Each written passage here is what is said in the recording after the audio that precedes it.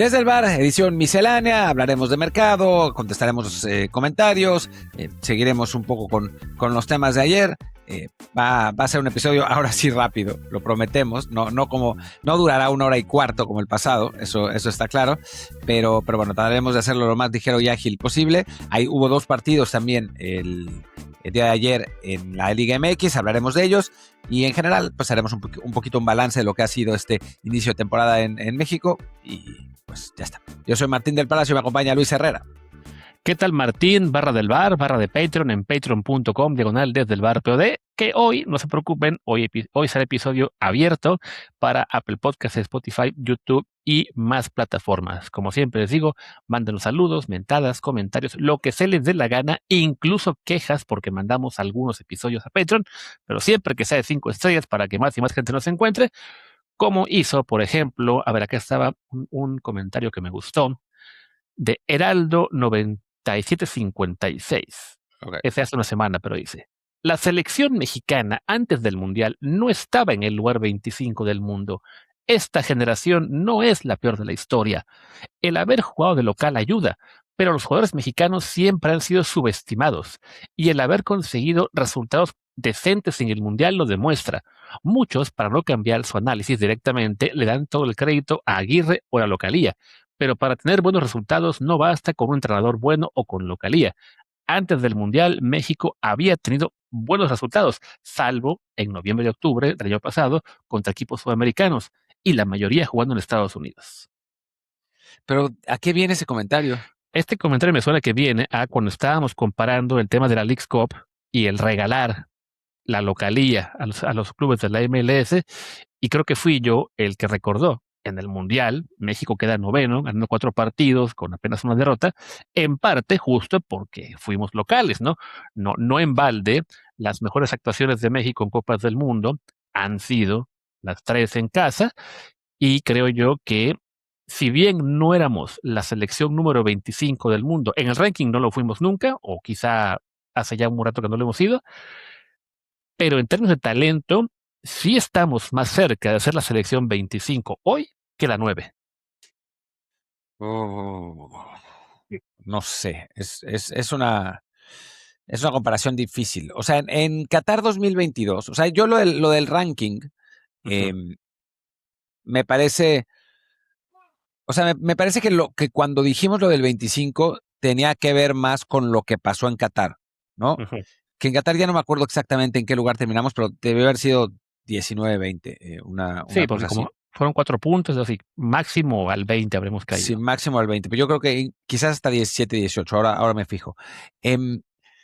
Pero sí, es cierto que el talento que tiene la selección mexicana hoy es menos que el que tenía en 2014-2018, ¿no? Creo que estamos de acuerdo. Sí creo que, por otro lado, Aguirre fue muy bueno en sacarle, o sea, muchas veces dijimos, antes de que entrara Coca, o sea, después de Martino, antes de que entrara Coca, cuando entró Coca con Lozano, que lo que necesitábamos era un entrenador que sacara mejor rendimiento colectivo que la suma de las partes individuales. Y creo que Javier Aguirre fue muy bueno para eso, ¿no? O sea, le descubrió una nueva posición a Julián Quiñones, le descubrió una nueva posición a Roberto Alvarado, le sacó un gran rendimiento a Eric Lira, logró que Raúl Jiménez jugara a su máximo nivel con la selección. Hubo algunos puntos negativos, obviamente, como los 2 laterales, o sea, me parece que eso está claro. Los centrales creo que estuvieron bien, pero en general me parece que Aguirre hizo que la selección jugara como una selección top 15, por lo menos, cuando el talento es entre el 20 y el 25. O sea, a mí me suena que va más por ahí. Vamos a ver qué pasa con Rafa Márquez, pero lo que sí es cierto es que tiene razón en lo que dice, que en ningún ranking estábamos en el 25, ¿no? En el de FIFA estábamos, creo que 14, 15, en el de Nate Silver estábamos 17 y en el Elo, que era el que estábamos peor, estábamos 20, ¿no? Ahora estamos top 10 en todos, ¿no? Sí. Lo que eso lo hace divertido también, pero creo que eso también es una exageración, ¿no? No estamos tampoco para eso. Y eso, ¿no? En este caso, el comentario iba sobre todo, ¿no?, enfocado en el tema de que, sí, no basta la localía, no basta un buen técnico. Si tienes las dos, ya la cosa se te pone mucho mejor. En este caso, pues México por eso logró llegar hasta donde llegó con un 9º lugar que es muy meritorio, insistiendo, porque en tema talento exclusivamente, sí, sin ser esta generación la peor de la historia, sí es una generación la que fue al Mundial. Vamos a ver qué tal le va a las siguientes, a la que viene de la renovación, que no se acercaba a la del 2018, a la del 2014, a la del 2006, a la del 98. Pero bueno, nos tocó afortunadamente hacer un buen Mundial en casa. Vamos con más comentarios. A ver, ¿dónde tenía por aquí en Patreon? Este es de Francisco Elizondo. Saludos, jóvenes. A lo mejor es para alguien más. Bueno, ya, lo tomo para nosotros. Otro gran episodio como siempre. Los escucho desde 2022, aunque esta es mi primera interacción.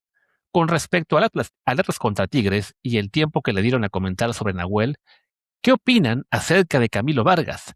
Durante la previa que hicieron de Colombia en el Mundial, sentí un ligerísimo menosprecio por parte de Martín, ligero así como no, al referirse a él, pero creo que es uno de los mejores porteros extranjeros que ha tenido la liga. Para mí sí es top 10 o top 5 y poco se habla de que con mucho menos tiempo que otros arqueros ya tiene 18 penales atajados en liga. Una disculpa por el mucho texto, saludos desde Guadalajara y obvio arriba el Atlas. A ver, yo estoy de acuerdo en que Camilo ha sido un gran portero para la Liga MX. Lo que pasa es que la temporada pasada anduvo muy mal.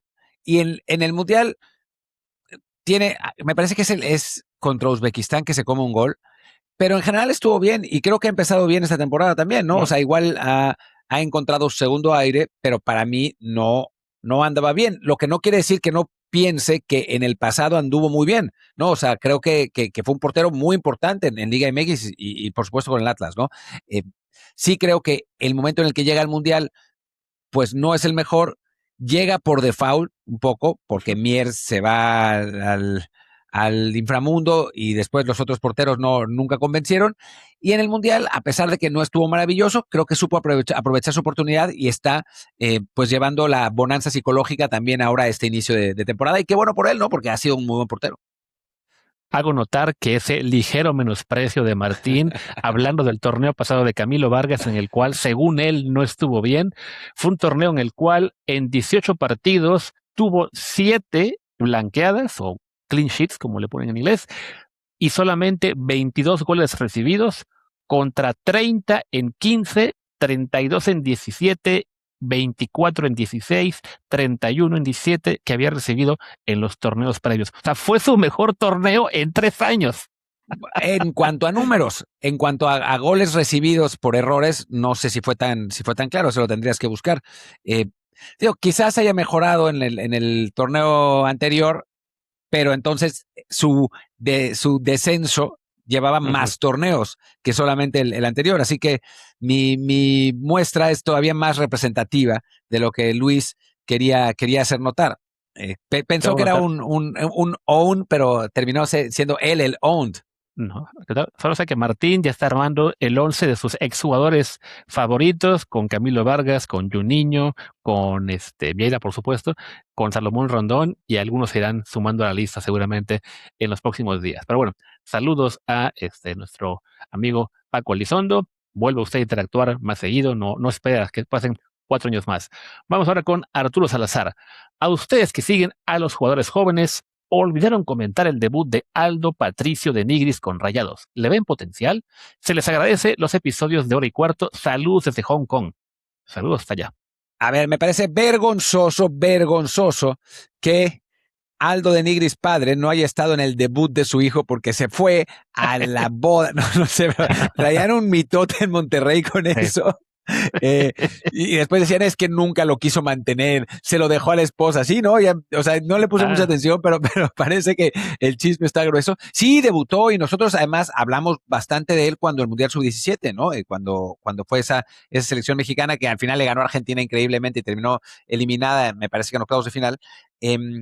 Es un futbolista con potencial. Yo lo he hablado mucho con Jazz Corona, que como sabemos está en selecciones menores, y me contaba que es un tipo con físico que tiene a veces problemas de sobrepeso y que eso ha sido un poco lo que le ha lastrado la carrera, pero que pues tiene potencial para ser como el padre, ¿no? Es un 9 de área que juega más con el balón incluso que Aldo, que no era su principal característica ni de él ni de Toño.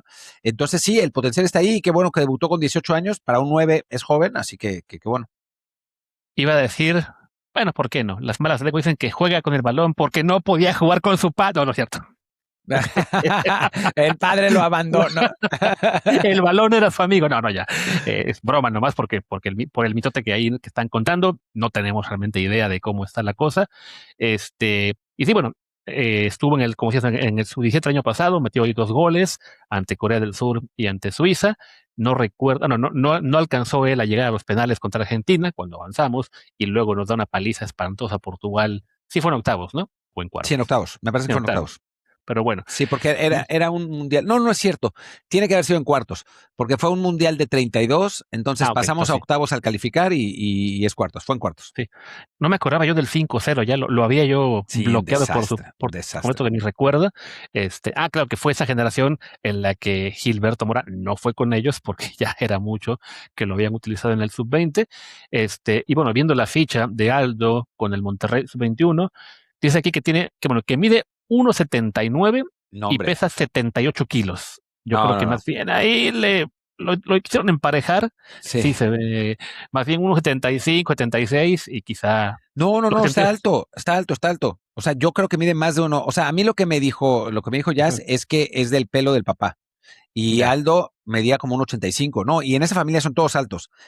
Así que no, no, sí está alto. pues sí, Aldo, ahí está, te digo, sí, porque sí, bueno, vamos a ver, ya lo actualizarán, porque sí, de repente les encanta poner medidas sí, estándar y fantasiosas, ¿no? Sí, yo me exacto. acuerdo cuando estaba haciendo la base de datos del Fútbol Manager hace unos años, que me daba por crear a todos los jugadores de la sub-20 y de repente me doy cuenta cuando estaba con el Puebla, digo, ya hablamos ya de hace, no sé, 6 8 años, y de repente veo 1,72 y no sé, 65 kilos. Y el siguiente, 1,72, 65 kilos. Y el siguiente, 1,72, 65. Y yo luego digo, chinga, todos los del Puebla, 1,72, 65 kilos. Y ya creo que aquí está. Esta información no está correcta. Y bueno, en términos de como goleador, no ha sido espectacular su paso en las juveniles.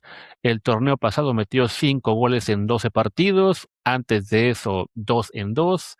Tuvo también un torneo, su mejor torneo fue Clausura 2025 con la sub-19, metió 8 goles en 13 partidos de la fase regular. Tuvo por ahí también una liguilla en la que tuvo 3 goles en 4 juegos, pero sí, no la ha roto de manera espeluznante como juvenil, pero bueno, esperemos que si pudiera mantener esa progresión de anotaciones como jugador mayor, sería bastante bueno. Sí, estoy tratando de ver videos de ahora que entró a la cancha para ver su estatura, porque ya luego lo ves. El problema es que creo que el que entra por Orbelín Pineda, así que es muy difícil, Sí. ¿no? O sea, sí, obviamente le saca una cabeza y media a Orbelín, pero tampoco es que sea el jugador más alto del mundo. Entraron él y Roberto de la Rosa al mismo tiempo en un partido que estaba ya resuelto para Monterrey, todavía cayó el sexto gol ahí. Pero bueno, qué bueno que haya debutado. Te digo que por lo que me cuenta Jazz no es solamente ese 9 de área, sino que también puede jugar apoyándose y participando en el juego, lo que quizás explica un poco que no haya metido tantísimos goles. Yo estoy viendo ahora en su Instagram la foto de la sub-17 en la eliminatoria del año pasado y él está en la fila de los altos, son 6 jugadores, él es el quinto más alto. Entonces, bueno, pues a lo mejor ese de Tampoco, 1,79 estaba tal por vez tiempo sí que sea hablamos 1,79. por ahí. Pero bueno, ahí está el tema del debut de Aldo. Espero, sí, ojalá, digo, no sería raro que el hijo acabe siendo mejor que el padre. Digamos que Aldo fue un jugador decente, sin ser ninguna figura. A ver si Aunque a Aldo final de Junior. cuentas, lo que es interesante es que Aldo eh, terminó siendo también, bueno, en fin, no estoy seguro que por eso, pero terminó siendo más determinante en selección que su hermano, ¿no? Que cuando Toño debuta parece que es un jugador que va a ser muy importante para la selección mexicana, con ese gol contra Brasil, anota también contra Jamaica en un partido de eliminatoria, y después se va cayendo, se va cayendo, se va cayendo, desaparece de las convocatorias de selección, a pesar de que tuvo un paso ahí en Europa, vuelve con Hugo Sánchez, que lo conoció bien en Pumas, eh, Ujú. y lamentablemente se va Hugo primero y después Aldo, Toño fallece en ese, bueno, situación tan desafortunada. Además, Toño, al que yo conocía bien, sí fue bastante pues inesperado y doloroso lo que le pasó, ¿no? Porque además él quería regresar a México y no lo dejaba Monterrey por el pacto de caballeros. O sea, una situación muy mala, muy fea con lo que pasó con Toño, pero en fin, ya me fui de largo, pero a final de cuentas Aldo, que parecía el hermano malo, terminó siendo más destacado en selección que Toño, y pues vamos a ver si Aldo Junior termina siendo más destacado que el padre, ¿no? Ojalá. Y que oye, el tío, o sea, Toño tuvo en su carrera 17 partidos y 4 goles con la selección mexicana. Aldo tuvo 28 partidos, 9 goles, números bastante aceptables para eso, ¿no? Para un jugador que no parecía que iba a ser una figura en el fútbol mexicano. Tuvo una carrera, la verdad, bastante aceptable, que fueron 82 goles en primera división. Eso no es de estrella, pero sí es una cifra a la que no llega cualquiera. Y bueno, último comentario que vamos a poner el día de hoy es bueno, este es del Fantasy, nos lo preguntaba Nestalí Torres, que si vamos a hacer liga con la comunidad. Tenemos un par de ligas, el detalle es que De la NFL. de la NFL, por supuesto, hace falta que se abra algún hueco. Si se abre, ya les aviso yo en el episodio del fin de semana para quien esté interesado a entrar con nosotros. Y con eso creo que ya podemos pasar a temas del día. Bueno, hablando ya de Fantasy, de NFL, Tocho Bandera, les presumo aquí mi camiseta del flag football que me fui el fin de semana a ver. Se moría de ganas de hablar de eso. Desde el episodio pasado se moría de ganas. Así que, Luis, por favor, habla Que de del nuevo, flag football. no vengo a hablarles de cómo estuvo el torneo y de si somos buenísimos y que el Tocho, no. Simplemente bueno, coincidió que días antes de este Mundial de Flag Football salieron unos pronósticos en las redes diciendo que, bueno, sí, las mujeres serán favoritas al oro, los hombres seguro van a calificar, no caminando, pero bueno, con facilidad a los Olímpicos, para lo cual hacía falta ser subcampeones o terceros si Estados Unidos llegaba a la final.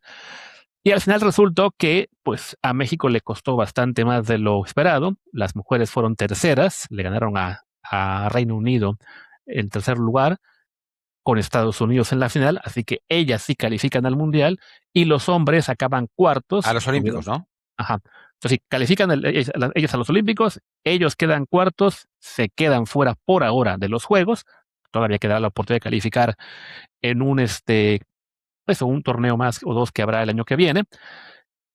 Y les digo, mi punto no es sobre el tocho y que vayan a jugar al flag football o lo que sea, sino pues cómo tenemos ya de inmediato hubo reacciones de, uy, se cagaron en el momento en que fue algo para ir a los Olímpicos, ya les llegó, les estaban las piernas. Y eso no, simplemente en México a veces no somos conscientes de que no es lo mismo ser potencia mundial en un deporte no olímpico a que de repente ese deporte reciba esa categoría y entonces las demás naciones se interesen más, le invierten más recursos, el nivel de competencia suba y bueno, pues justo es lo que enfrentaron las selecciones mexicanas en este mundial que se disputó la semana pasada aquí en Alemania, que siguen siendo muy competitivas, pero claro, ya no fue por lo menos al nivel que se pensaba, con ellas quizás siendo campeonas, con ellos quizás llegando a la final, ¿no?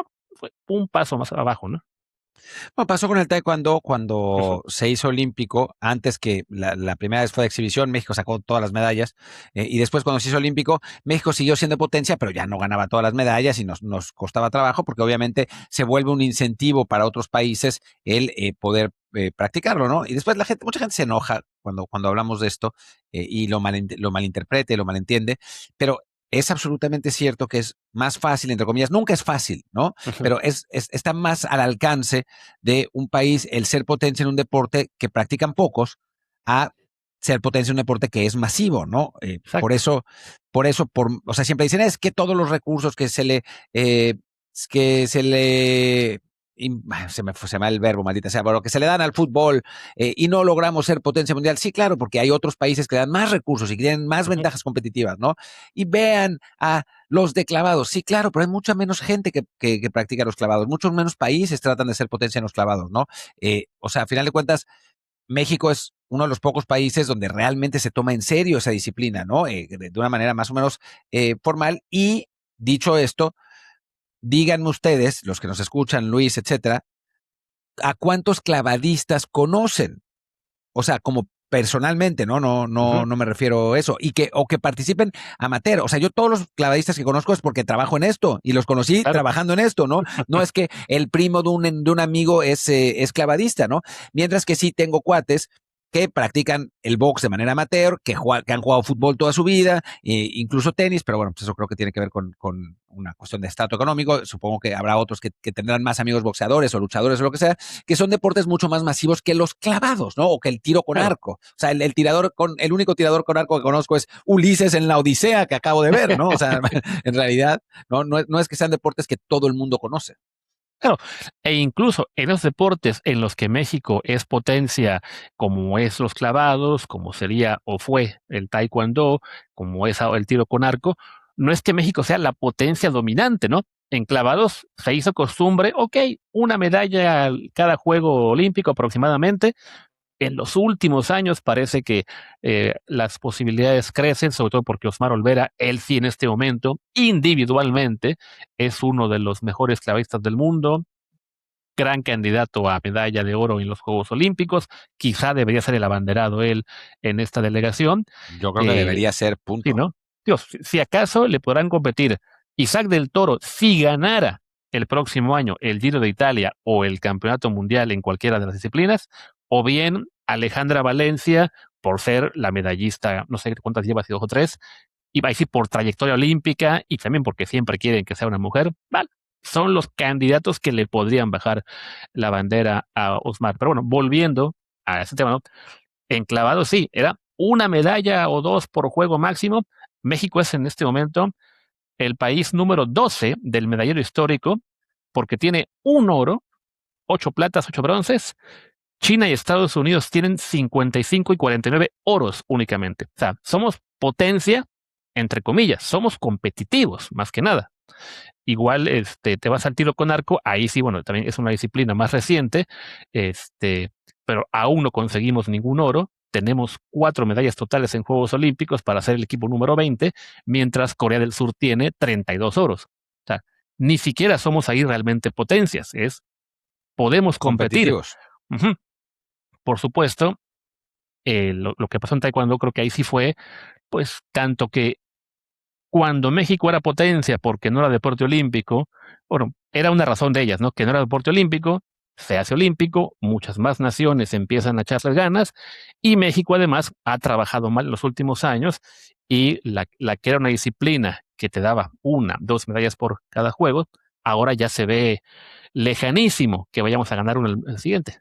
Sí, a ver, si hablamos de potencias, en algún momento México fue potencia en caminata y aún así Ujú. la razón, y hay que decir las cosas como son, aquí se dicen las cosas como son, la razón por la que hicimos el 1-2 en 1984 fue por el boicot de Estados Unidos, de Rusia. O Claro. sea, si no, hubiera sido muy complicado que México, que ha sido el único 1-2 que ha tenido en la historia de los Juegos Olímpicos, con Ernesto Canto y Raúl González en los 50 kilómetros de marcha, y además Raúl González ganó un oro en los 20 kilómetros, ahí México dominó por completo, pero es porque no participaron los rusos, ¿no? Y más recientemente a la caminata le ha costado mucho trabajo, ¿no?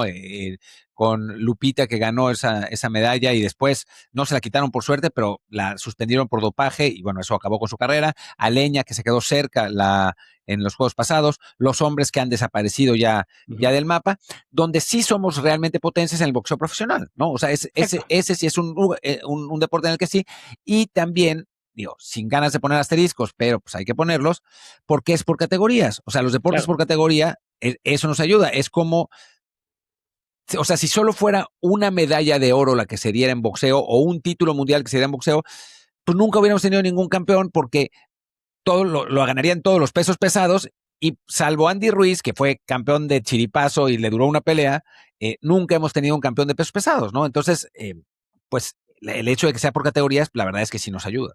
Sí. Y también somos potencia, eso, porque hay muchas categorías, porque también hay muchos organismos que, que son, digamos, validados como campeonato mundial, básicamente cuatro, ¿no? Lo que son la asociación, el consejo, la federación y la organización. Ya si te pones a hacer cuentas de, bueno, tenemos ahora, no sé, vamos a decir, 5 campeones del mundo entre un universo de 50, 60, ¿no? Es eso, ¿no? O sea, no es que seamos la superpotencia que domina el box, ¿no? Es un deporte en el cual en ciertos pesos y en algunos organismos México tiene a varios representantes. Pero bueno, Eso era lo que yo quería reflexionar después de esta visita al flag football, de no nos volvamos locos porque no les va tan bien a algunos deportes como esperan, simplemente pues la competencia crece a nivel mundial. Y ahora sí, Martín, quería hablar un poco de mercado, ¿no? Primero yo creo que con lo de la hormiga González, supongo. Sí, bueno, alguna información que me llega de mercado de distintos lugares, algunas cosas son totalmente de dominio público, otras que he podido platicar. Pues lo de la hormiga González parece que, o sea, está esencialmente cerrado, como dijeron los griegos y como primero lo dijimos nosotros. De hecho, en México nadie lo dijo antes que nosotros porque de casualidad me llegó de rebote la nota y lo dijimos. Eh, pero después ya otros medios griegos también lo dieron y ya muchos otros mexicanos lo dieron, ¿no? Sin embargo, los insiders de Chivas, todos en bloque, casi con las mismas palabras, dijeron que no estaba cerrado, que faltaban cosas. Y es verdad, porque eso obviamente fue un mensaje de la directiva de Chivas para Claro. presionar a los griegos. Por lo que entiendo, los montos que dio el griego Nikos, ya no me acuerdo qué, me sale Nikos Varoufakis, pero obviamente no es él. Eh, em, ahora digo Nikos Kotsis. ¿Cómo eras? ¿Cómo se llama? Nicoidis, No, ahora te digo cómo se llama. Se Nico llama. Nico No, Nicolaidis. no, se llama Nikos Nic- Kotsis, sí, lo había dicho bien, Nikos Kotsis. Eh, las cifras que dice están bien, son 8,5 millones de euros, perdón, por fijos y 2 millones por variables. Lo que pasa es que no se han puesto de acuerdo en las variables. O sea, no es lo mismo que esos 2 millones sean si ganas la Champions, es decir, algo que nunca va a pasar siendo el Claro. Olympiacos, así calificas a la Champions, algo que puede Ujú. pasar, ¿no? Y entonces ahí te llevas esos 2 millones. Entonces, están en esa negociación, pero por lo que entiendo, pues hay optimismo en que Sí, finalmente sí se cierra. sí, creo que lo comentamos ayer. El hecho de que la hormiga no jugara un solo minuto en el partido de Liga de Laguna es la mayor señal de que la negociación va en serio y bien encaminada. Si apenas fuera un contacto previo, si apenas fuera una oferta insuficiente o muy lejana para lo que quiere el club, no se preocuparían por cuidarlo. Una vez que ya saben de que no, sí, esto está cerca de lo que queremos, esto ya nos está gustando, vamos a poner entre algodones para que no se nos vaya a caer el negocio. Exacto, ¿no? O sea, parece muy, muy encaminado. Ojalá que ya se cierre para que todo el mundo esté tranquilo y tengamos nuestra primera exportación después del Mundial, Ujú. que bueno, tardó, bueno, sigue tardando, ya son 18 días de agosto, quedan 13 días de mercado, eh, y ojalá que se termine de cerrar más. La otra es la de Eric Lira, Ujú. que Que de hecho, ayer lo íbamos a platicar y se nos fue entre que hablamos un buen rato de la hormiga y que luego nos enfocamos en Gil Mora en el partido Tijuana Cruz Azul. Pero sí, Eric Lira en teoría tiene que ser el otro mexicano que se vaya este verano. sí, por lo que puedo entender, la situación de Eric Lira no ha cambiado. Hubo una oferta de Mónaco, no fue suficiente, las posturas están alejadas. Mónaco no ha presentado ninguna otra oferta, a pesar de que por ahí en México están diciendo que sí, que ya había una segunda oferta. No, por lo que entiendo, no hay ninguna oferta de Mónaco, pero no hay prisa tampoco de parte del equipo francés porque no han podido desocupar su plaza de extracomunitario. Entonces, hasta que no pase eso, no pueden acelerar de verdad, porque imagínense que no se venda Balogun o Camará o alguno de los que del otro, ya no me acuerdo quién es, y entonces pues se queden eso, con una oferta, con un jugador que no puede jugar, ¿no? Y que termina Claro. jugando en el Cercle Bruges, ¿no? Que lo que manden a ir al Cercle Bruges porque no tiene chance, ¿no? Entonces, por ahora ahí está parado. A lo que vamos a tener que estar atentos es a que salga ese jugador extracomunitario del Mónaco. En ese momento todo se va a reanudar. Por algún lado estaban diciendo, un medio afín a Cruz Azul, muy afín a Cruz Azul, estaba diciendo que iba a haber otra oferta de Europa por Eric Lira. No sé cómo los directivos de Cruz Azul pueden decir eso, es un poco raro, pero a mí me suena que es para presionar al Mónaco para que le suba la oferta, cosa que no va a pasar sino hasta que tengan ese puesto de extracomunitario, así que Sí. estamos en este momento en pausa. Sí, que para Cruz Azul, pues sí hay que también entender que a ellos sí les conviene que esto se resuelva lo más pronto posible para también tener tiempo de buscar, pues, cómo reemplazar a Eric. Será muy complicado, evidentemente, porque me parece que Cruz Azul ya tiene todos sus cupos de extranjero ocupados en la liga y pues no es fácil encontrar un jugador mexicano de un nivel cercano a quien puedas fichar ya habiendo pasado la jornada. Ahora van en la 4, vamos a decir que se resuelva en un par de semanas, pues ya habrán sido 6. No me acuerdo incluso si hay algún límite de partidos que pueda jugar un jugador de No, Liga MX antes de pasar a otro en el mismo torneo. creo que no, Antes creo lo que había, ¿eh? sí, Me pero acuerdo que creo que es antes nada lo más la había, ahora fecha. mismo no sé. O sea, me acuerdo que hace no mucho sí era de que un mexicano, bueno, un jugador de Liga MX que ya hubiera jugado X cantidad de minutos en el Apertura, ya no se podía mover a otro equipo en ese mismo torneo. Quiero suponer que ya eso se habrá quitado, pero bueno, son desafortunadamente los únicos dos mexicanos que se están moviendo desde México. El otro es Andy, que se sigue hablando que el Porto es la opción más fuerte. Y fuera de eso, la No, verdad es que no hay hay. cosas, no, sí hay cosas, ¿Sí? ahí voy, voy, voy. Sí, Edson Álvarez Ah, parece bueno, estar ya. muy cerca de la Real Sociedad. Ujú. De acuerdo con información de Mateo Moreto, el jugador mexicano está dispuesto a sacrificar parte de su salario para poder ir a España. Eh, Supongo que se siente más cómodo yendo para allá, a un equipo que suele ser de media tabla alta en España que jugando en segunda división en Inglaterra, y por eso el sacrificio Ujú. de su salario tiene absolutamente sentido. Lo que falta es por acordar las condiciones de la compra, porque así va a ser en principio, a compra de parte de la Real Sociedad con el West Ham, que a veces se dice, solo falta el acuerdo entre clubes. Sí, claro, pero ese acuerdo entre Claro, clubes sí. puede no llegar jamás, ¿no? Pero por lo pronto ese también parece muy encaminado. Me sorprende porque la Real Sociedad es un equipo al que normalmente le gusta jugar el balón, y Edson no es exactamente ese tipo de jugador, pero si se están peleando tanto por su fichaje es porque seguramente lo van a usar, ¿no? Y bueno, a la Real Sociedad le gusta jugar con el balón, a Edson también no le sale muy bien, eso es otra cosa, pero, Ya, pero sí, por por eso, gusto sí. está. Recordemos que la Real Sociedad, aunque quedó décima la temporada pasada, también ganó la Copa del Rey, la final que le ganan al Atlético de Madrid, entonces por eso estarán en Europa League esa temporada, tienen ya seguro, bueno, estarán en el bombo 1 o 2, entonces será un equipo con buenas posibilidades de avanzar a la siguiente ronda en una Europa League en la que, pues, un equipo español estará siempre entre los candidatos, aunque claro, también tienes en esta Europa League este año al Bayer Leverkusen, al Juventus, al Milan, a la Juve, por ejemplo, y me falta quién más, y al Hoffenheim alemán, Sunderland, Bournemouth y Crystal Palace como principales rivales.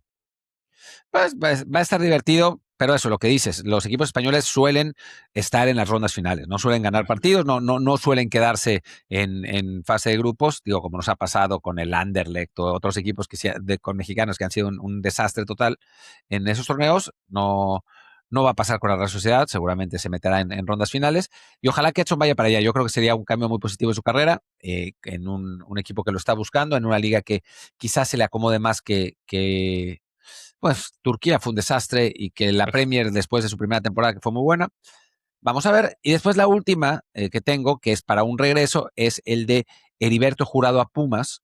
Pumas quiere a Heriberto Jurado en lugar de Sebastián Córdoba, recordemos que está lesionado de larga duración. Son jugadores diferentes, pero bueno, más o menos juegan la misma posición, partiendo por izquierda. Lo que pasa es que Heriberto es un extremo natural, mientras que Sebastián Córdoba parte de ahí, pero para cerrar, para cortar por el centro, y es realmente un creativo. Pero bueno, Pumas necesita talento de alguna manera porque no hay, y entonces lo está buscando. Sí. El asunto es que Pumas lo quiere a préstamo y el Cercle Bruges lo quiere vender, y entonces la cosa está ahí parada y no sé si se vaya a destrabar algún momento. Sí, y la verdad es que, bueno, Heriberto, que se fue ya hace año y medio al fútbol belga, lamentablemente no le ha ido bien, apenas ha tenido minutos muy, muy ocasionalmente, fue a la banca en el partido del fin de semana, no tuvo acción, entonces sí, pues quisiéramos que tenga el chance de quedarse y seguir picando piedra, pero uno puede entender, por un lado, que haya interés desde México por repatriarlo, lo raro es que sea Pumas y no Tigres, y por otro, pues que ya él se lo empieza a pensar, viendo que sus perspectivas de seguir creciendo en Europa, pues son muy pocas porque no juega nada. Es que Tigres sí estaba interesado. Te decía yo. Sí, pero apareció el Chicha Sánchez haciendo goles, y Ya. entonces pues ya y después cambiaron de técnico, se fue Guido, y entonces ahí cambió la situación, y no hubo finalmente, no se activó el asunto, y entonces pues surgió Pumas. Y después está la otra interrogante, que es el Chino Huerta, ¿no? ¿Qué diablos está pasando con el Chino Huerta? Porque obviamente físicamente está bien, estuvo en el Mundial, no es que se haya lesionado en los 8 minutos que jugó en Ujú. todo el Mundial, y no ha salido ni a la banca con Anderlecht. Entonces seguramente habrá salida. Lo que sorprende es que no hay ni un rumor, nada, no sabemos nada de lo de Chino. recuerdo que lo último que se dijo de él era que el Toluca lo quería.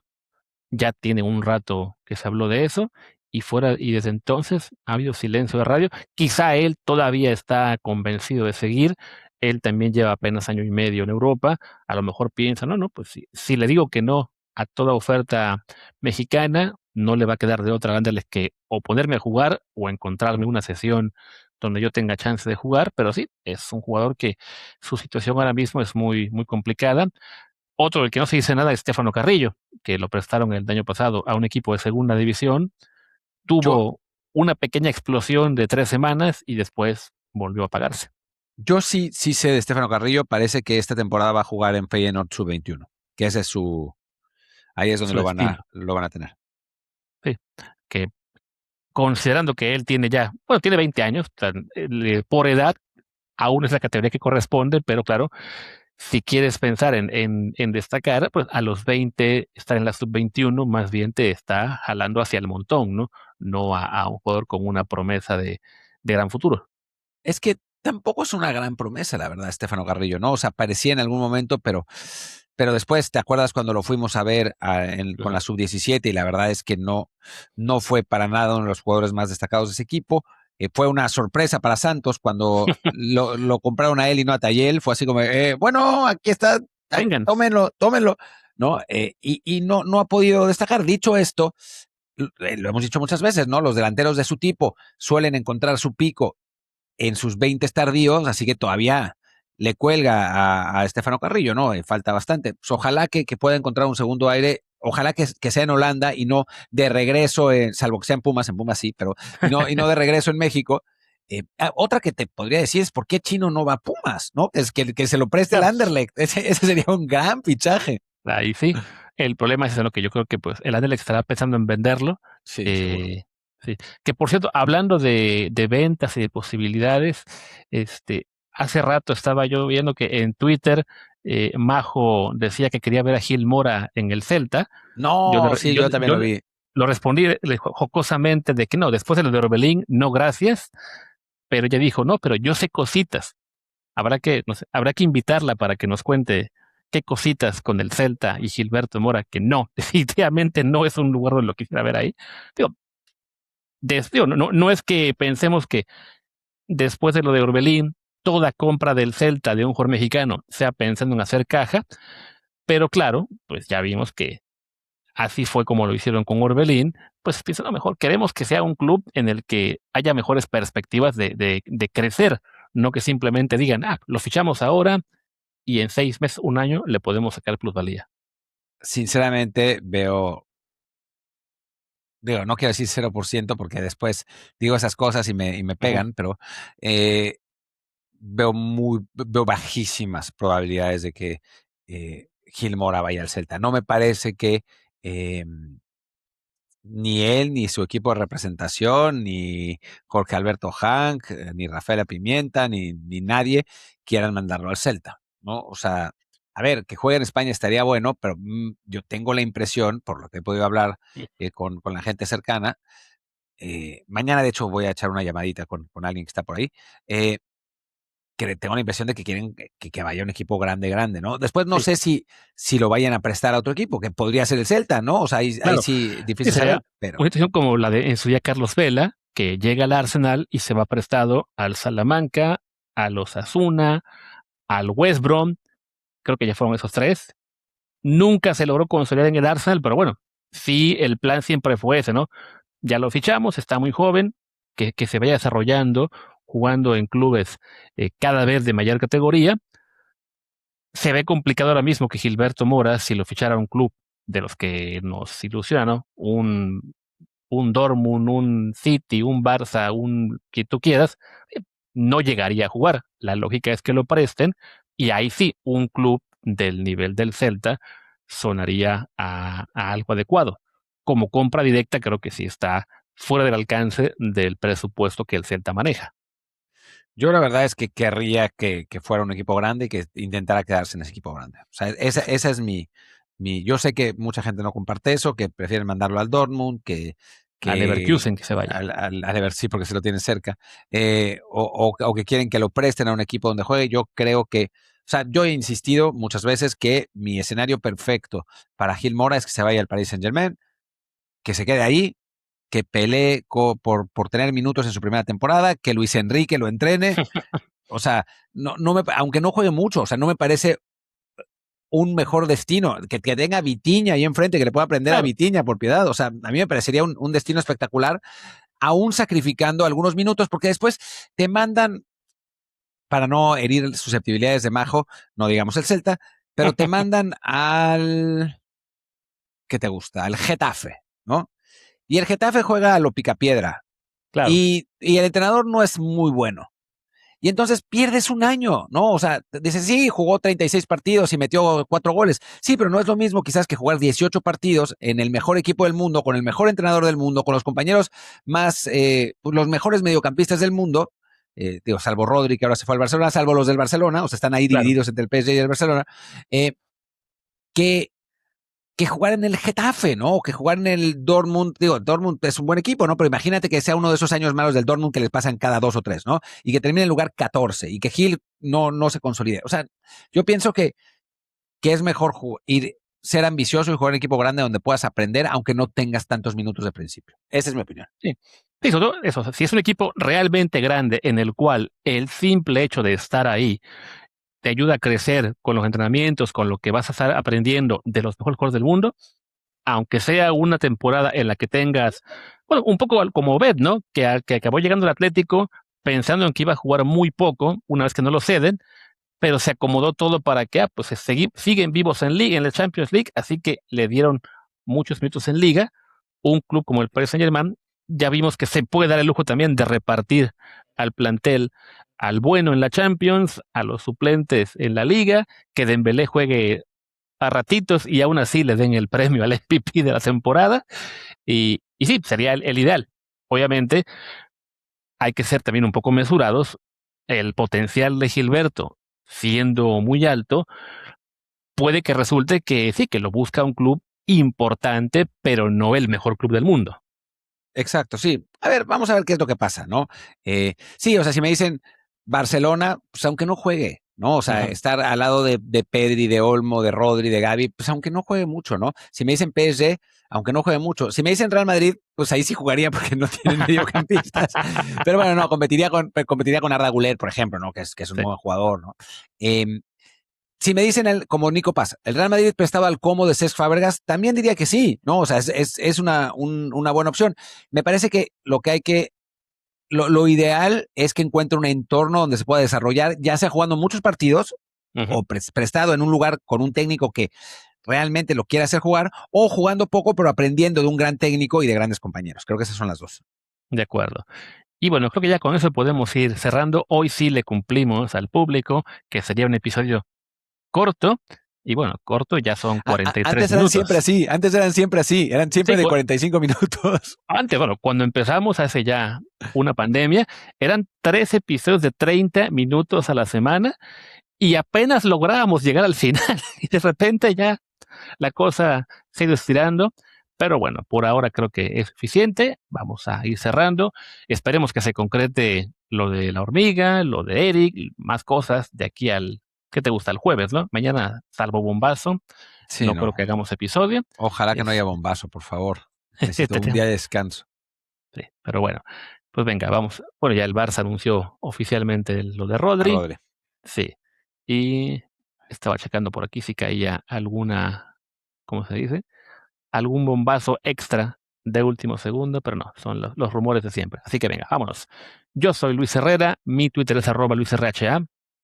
Yo soy Martín del Palacio, mi Twitter es @MartinDelp, el del programa es desde el bar POD, el Telegram es desde el bar podcast y el Patreon, hoy lo hicimos abierto para que no se enojen con nosotros, pero en general hacemos 2 episodios de Patreon por semana. El Patreon es patreon.com/desde el bar POD. Síganos ahí, vale la pena, $6, no es nada del otro mundo y la verdad es que cumplimos siempre con gran contenido. Ahí está. Chao. Chao.